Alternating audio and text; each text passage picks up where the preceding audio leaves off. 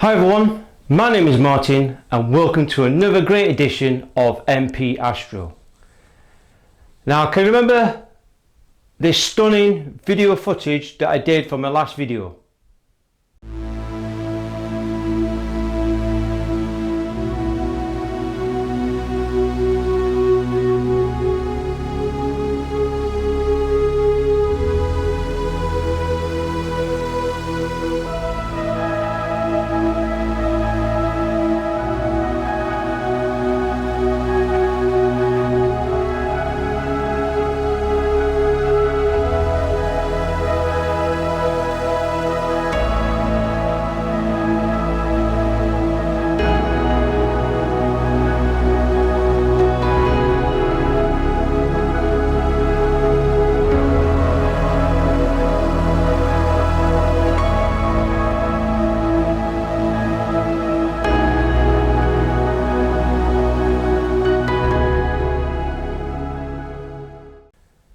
As you can see in that video, what a stunning time-lapse video. I've had a lot of people on social media are absolutely bewildered by what I've captured there, and rightly so. There's a fair few people also have captured some stunning video footage, a lot of great images from that last G5 storm we just had. So I've had a lot of people very interested on how I managed to capture a stunning time-lapse video. So in this video I'm going to take you through what I use, what video editing software I use to do that time-lapse video, and I'm going to take you through step by step. It's not very difficult to do, it's very easy. You just need the right kind of software to use and a little bit of patience and practice. So before we start this video, please hit a like button, and again, if you're new to this channel, please subscribe onto the channel, and don't forget to share this video out. This may help a few people who are trying to create a stunning time-lapse video. Alright, this will probably help them as well. And also don't forget to hit the bell and click all, so you get notified for any new videos that I publish out very soon. So to that on, if you're interested, you want to find out more how I done that awesome video, please keep watching and let's do this. So then, guys and girls and everyone, before we start the time-lapse demo, I need to prove to a certain few viewers. I get a lot of negative comments, which is fine, but some of these comments can be totally outrageous. And one of the comments I seen, some people assume that my time-lapse video is AI generated and the aurora that I captured was totally fake. Now, unbelievable to say this, but like, it's totally outrageous. You know, no matter what we do in these videos, you know, I do a lot of hard work making these videos, and that time-lapse video is generally, you know, I captured that on that night with this camera. And just to prove to a few people that this is not AI generated, I did not generate the time-lapse video, I'm actually going to flick through the actual footage. And as you can see there, these are the exact settings I've used to capture the images. And as you can see there, these are not fake. I just cannot believe that some people thought that was fake. These are the exact settings I used, and I'm absolutely gobsmacked that people think that this is fake. Seriously, these are what I captured on that night. That's exactly what you see. All right, that is the true data there. And I thought I'd just highlight this just to eliminate some of the negativity. You know, some people come out with some stupid accusations, accuse you for faking stuff. when my channel's not really about that. But what I don't understand is there are some of these viewers that will rather listen to an astro channel that's highly sponsored by a company, and then they lie about the product saying it's absolutely amazing. They'll believe that story, but they don't want to believe an actual person who is dedicated to the hobby, who's saving up their hard-earned cash, and actually enjoying the hobby, making videos. And I just don't understand certain people's logic behind it. I really baffled. But everyone's entitled to opinion, all right? Everyone's entitled to a free speech. But I thought I'd just highlight to a few people that are so negative to my channel. I think they're just purely just there just to knock me down and fault every single thing I've done wrong, all right? And there's no pleasing to these people at all. So with this is a genuine image, all right? This is exactly what it is. It's not AI created, nor is it fake. So I just don't understand, certain people's thinking. But I'm sure that some of my viewers will also agree that they also seen exactly what I've seen. This is not a lie. This is exactly what you see there. All right. And yeah, I thought I'd just highlight that out of the way. So now, guys and girls and everyone, I'm going to show you how I process my time-lapse video. So there's a program that I found, and I've always used it. I use it for all my editing, my videos and all that, and this is the Filmora. Okay, so Filmora is the video editing software that I use. So to begin with, I mean, you can download it for free, but I suggest you have to pay for it. All right, but it's only, you can pay for it, and this is an older version that I got. Once you bought it, it's yours. The only problem with the Filmora is that if you want any add-ons like music and all that, you have to pay separate.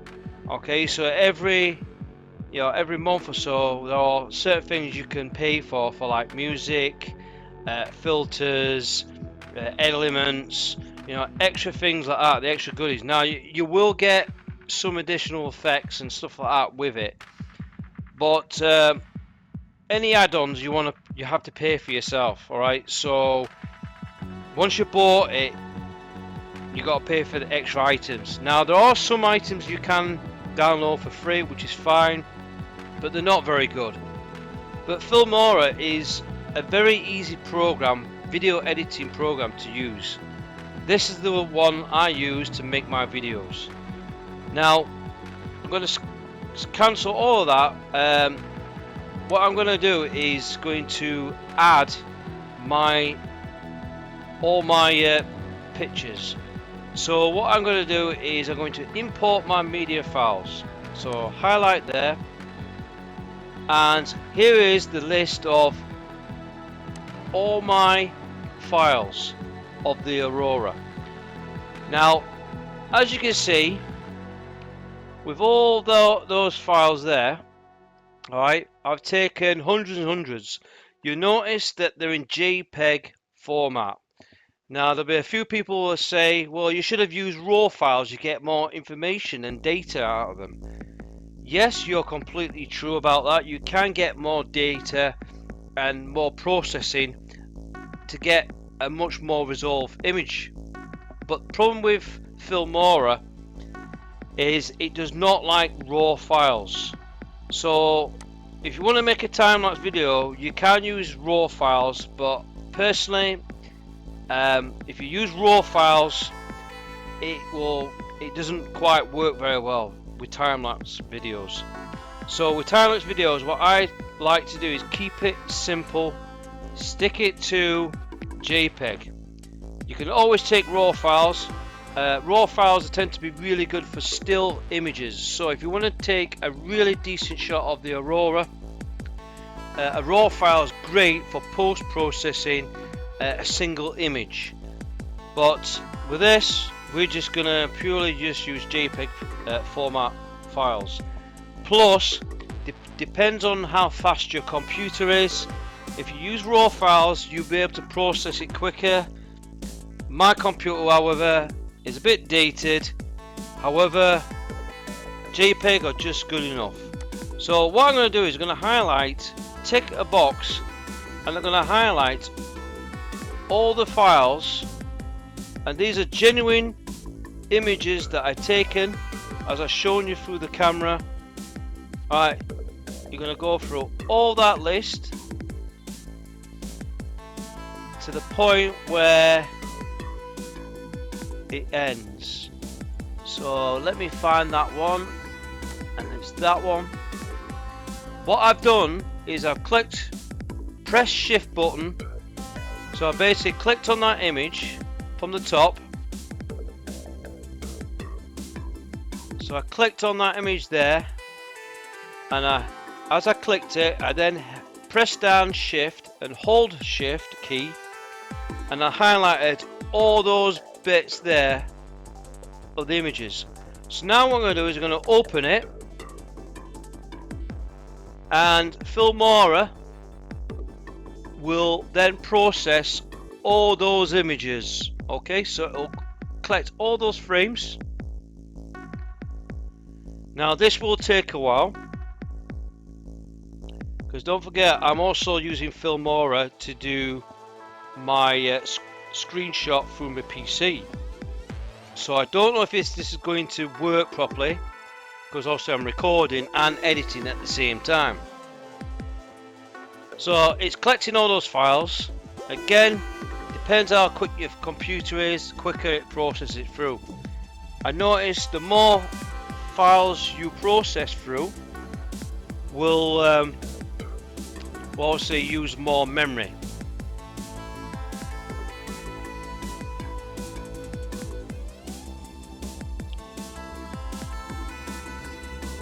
So we'll keep working through.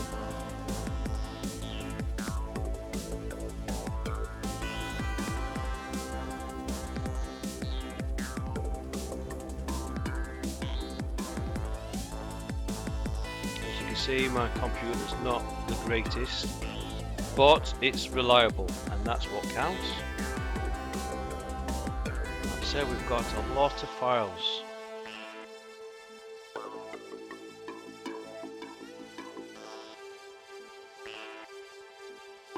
Now if I use raw files, this would be very slow, and raw files do not mix very well with Filmora.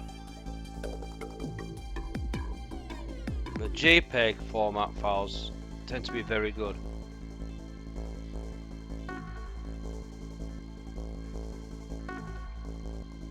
Now we're going to have to wait a while.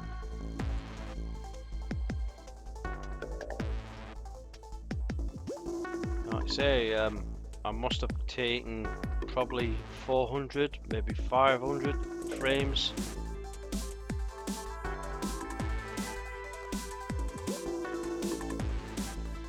I mean, this will take a few minutes.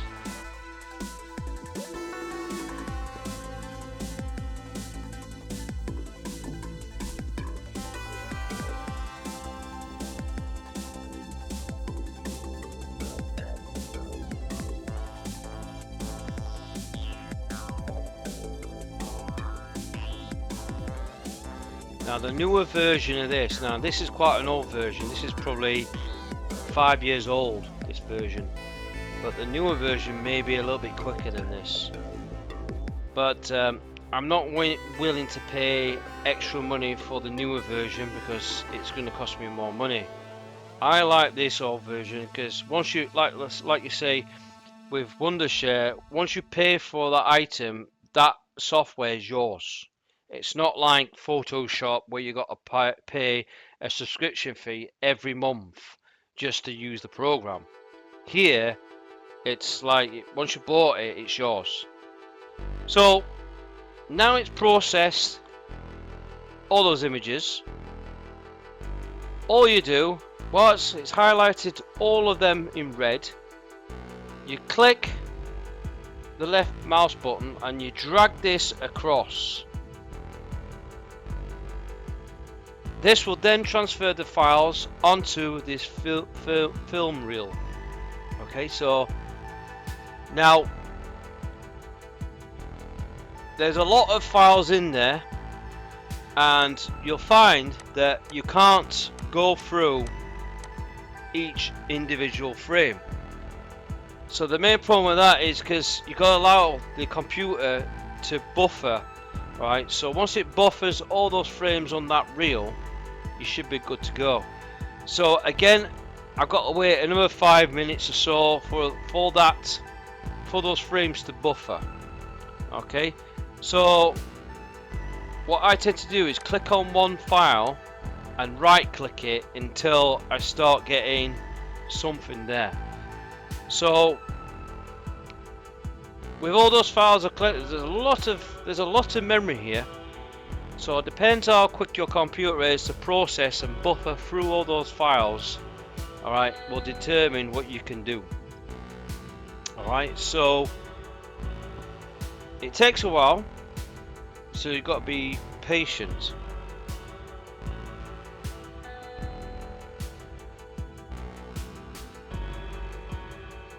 So after waiting for a bit, a good 5 or 6 minutes, you'll now see that it's all buffered. Also, it'll be a lot quicker because obviously I'm not recording this video. So what you do is right click it and you go to edit. So each frame you can edit every single frame. Now you can do a bit of, you know, up the contrast, the saturation and brightness, but please be warned, when you do that you end up losing detail. So you can up the brightness, maybe add a bit of saturation, right, but you've got to be careful, because if you go too much you'll start to lose that detail and your image quality won't be great. So you just obviously knock that down, okay, to a manageable level. Right, so you can do a little bit of editing. Now because this is a really long, there's loads of files, this will be a very slow video. So what we do is we go to duration and we want to speed it up so we get that time-lapse effect. So what I found was a good setting is to set it at 00 and then have it 0.3. So basically this is your hour, this is your minutes, and this is your seconds, and this is your milliseconds. So each frame will be, you know, if you say like each frame, if you have that like on 1 minute, it will take 1 minute to go through one frame. So with this setting, I found that 0.00000.03, this will take a 0.3 millisecond through each of those frames. So then what we do is we apply to all, and what that does, it applies the settings to every single frame on there, including this little bit of saturation, a little bit of brightness. That's the only process. Now what you can see here, it's condensed all that file from what was God knows how many minutes long that video was. It's now condensed it down to less than just over 50 seconds, if that. So click OK, and if you click on this part here, this will actually replay that video exactly as you're watching it. And as you can see, this is exactly what I've taken through the camera, directly from the camera. This is only very basic video editing skills. There is no need to do any special effects. This is exactly the raw image you just see there. Alright, this is the actual video. So it will replay all that until it reaches to the end, and you can actually speed it up if you want. Okay, so it's less than a minute long. That That's probably God knows how many hundreds and hundreds of frames I've taken just to get that. So now you may want to add a bit of music. Say if you've got a bit of music, you can add a bit of music as well. You know, and the music you can always, you know, you can just pick out what you want, and you know, any music that you want, and you can just pick it out and add it. Okay, and I put mine there. Okay, so you put it in there and it should install it on the tab box. Should do. Let me just put that back in there. Right, so that's our music, and then that's our file. So when you play it, you should get your music all the way across. I don't know what's edited that, because I need to get rid of that. Right, so let me just add that again. So there's the music file. Drag it across. It should go through. Come on. Right, that's it. You can also press the plus button as well. So now we'll play your music.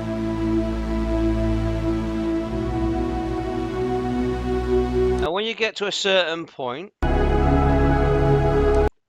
where it ends like that, you click on that bar and you can cut parts of that music out. So you can cut that out there. And then this part here, you can edit it and you can fade stuff out. You can add the music more. You can do all sorts of settings in there. Right, it's really that easy. So we want to fade it out, so we don't want it to just go through. So it'll play that.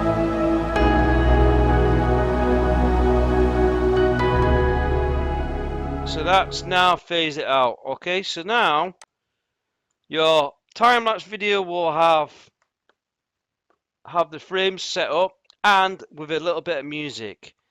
You may want to add a few bits of text and all that. Just, you know, you can put a date on there, whatever you want to put on there. But I'm not going to do that. All right, I'm just going to leave a basic time-lapse video with a bit of music, and then once you're happy, we're going to export it. So click on export, and you're going to create the video. So I'm going to go to the name, and I'm going to say time-lapse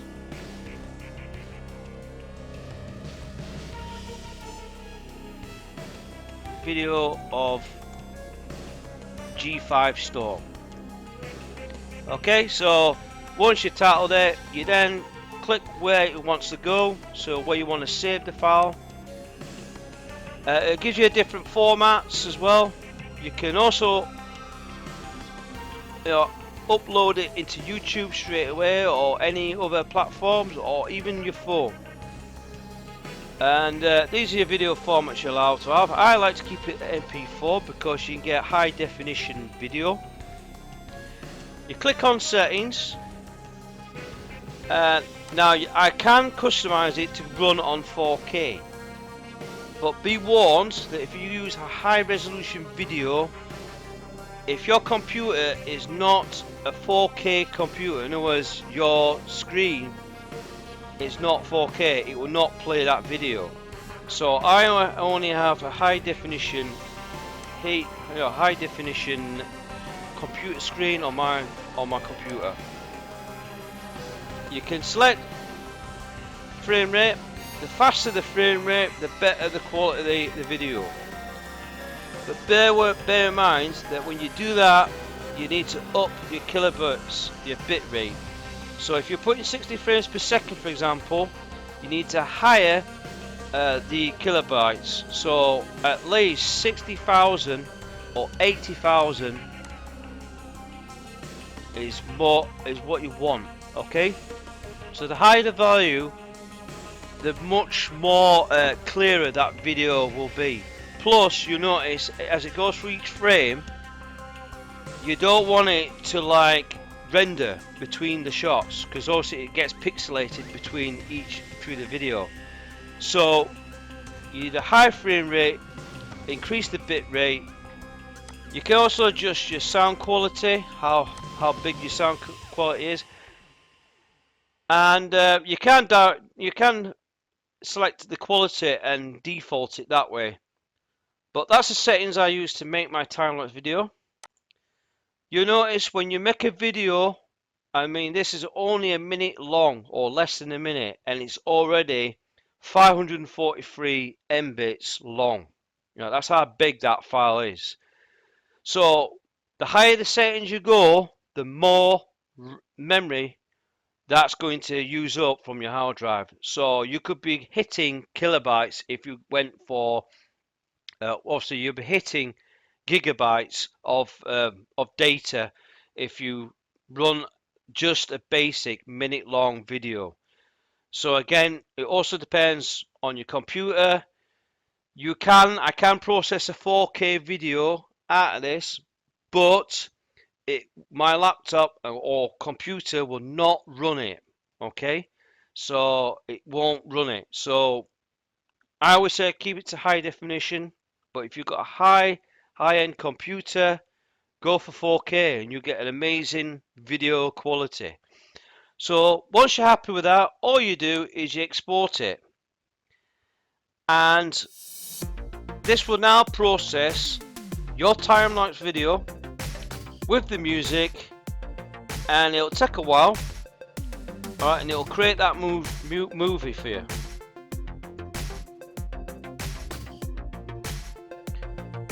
So it's a little bit quicker because obviously it's only a minute long, so it won't take long. But if you have taken several thousand frames of this will take a lot longer.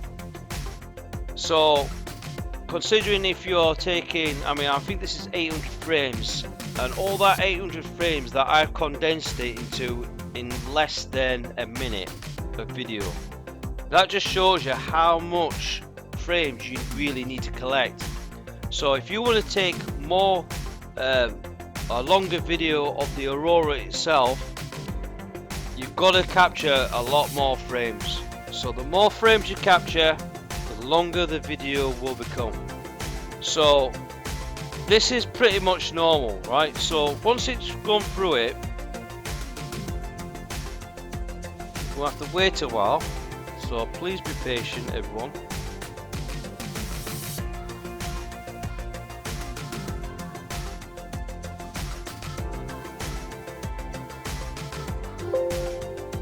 So now what we got now is it's finished creating the movie.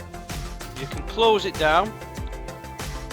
I'm just going to edit it out. I don't want to close it down because I'm actually recording through Filmora. So we're going to minimize it, and we're going to find that video. So there's the video here, and we're going to play it.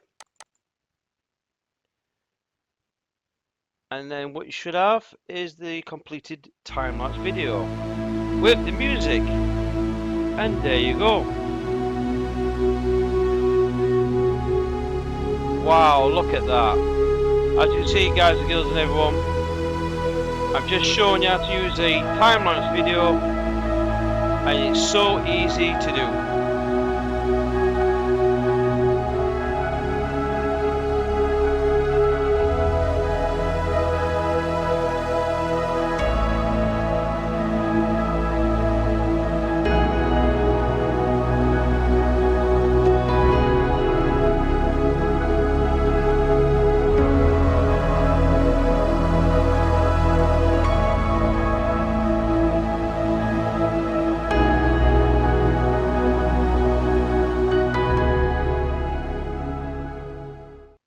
So there you go, that is the video, and as you can see, I've shown you how to use a time-lapse video.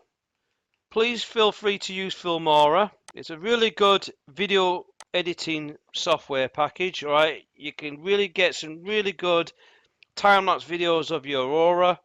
Alright, I hope this video helps you guys and girls and everyone. So again, please feel free to use this program. I'm sure obviously there's people out there who'll probably use something else different, but I thought for amongst us that are not familiar how to make a video, this is what I use, and I think it's the most easiest program to use to do some basic video editing. So as you can see, I've taken through my time-lapse video, how I've done it. Please feel free to use Filmora. Yes, you do have to pay for it, but it's not that expensive, and once you pay for it, it's yours to have. The only downside with Filmora is that you have to, if you want special effects or add-ons or music, you have to pay for it, which you can get free downloads sometimes every month. It is possible, but end of the day, I think that is the most easiest to use software. I mean, I'm not a film creator as such, I'm not professional, but I always find when I make my videos, that is the easiest program to use. All right, and Filmora is absolutely amazing. And again, I've provided a link below, so you can click on that link if you want to purchase Filmora. So yes, it does have a few limitations, what you can and can't do. And like I say, it's like with all video editing software. End of the day, you got to pay for these things, and it does update itself, and it will give you, the latest updates, so you can keep on top of your video recreations. So that's what I use to create all my videos. It's a fantastic program, and please use this video as a guide. And like I say, it's so easy to do. It really is. And the best thing is, like I proved in this video, this is not AI generated stuff. All right, I don't get certain viewers that watch my channel, then knock my channel to pieces, pick out every single fault that I've done wrong. End of the day, I'm not a professional video editor. I'm just like any normal person who just want to share their passion out into this hobby and help to encourage others into the hobby. So I don't understand some of these negative people that just troll my channel, provide stupid comments that offer, well, not very practical information. All they want to do is just take the out of everything I do. I find that really, really sad. But to be honest with you, all I see is, if people watch my channel, all they're doing is making my channel grow. And like you say, it ruins for everyone else, all right? Because people do generally like my channel. All right, I'm not the biggest channel, but again, I get a lot of hate, and I don't understand why people are like that. But at the end of the day, I make the videos because I like making videos, and I will continue to make videos, and I don't care what these people think of me. Because at the end of the day, all I see is keep on knocking my channel down, because all I'm doing is providing more and more fantastic, reliable source of information and stuff that I'm not sponsored by. Because at the end of the day, people want genuine, real life stuff. All right, they want real information. All right, they don't want to listen to certain channels that are sponsored by companies and giving out some complete bullshit information just because they want views. And like I say, it's all about money for them. That's all it takes about them. For my channel, this is all my equipment. I pay for it. I've worked so hard, full-time employment. I have to balance between my hobby and my work and my social life. At the end of the day, I enjoy making these videos, and I have the freedom to express whatever I review. I just want to share my experiences to many others who are also in the same predicament as me. End of the day, I can't make much money out of YouTube. It's not a reliable income, and to be honest with you, it doesn't pay very well. But with certain individuals that are sponsored and just push out videos, I'd rather support a channel that are dedicated to the hobby, not all about views and money, sponsorship. I don't get it. I don't get the people mentality of these certain channels. but all they're doing is just tarnishing our hobby for what it actually stands for. And there's a lot of hard working, dedicated people out in the astro community who are have the pure passion to the hobby. All right, so for that on, if you like watching this video, please hit the like button, and don't forget, please subscribe to my channel, and don't forget to share this video. It might help someone else out. And if you want to keep informed of any new videos that I publish out very soon, again, hit the bell and you get notified for any new videos I publish out very soon. So to that on, thanks again, thanks for watching, and I wish you all clear skies.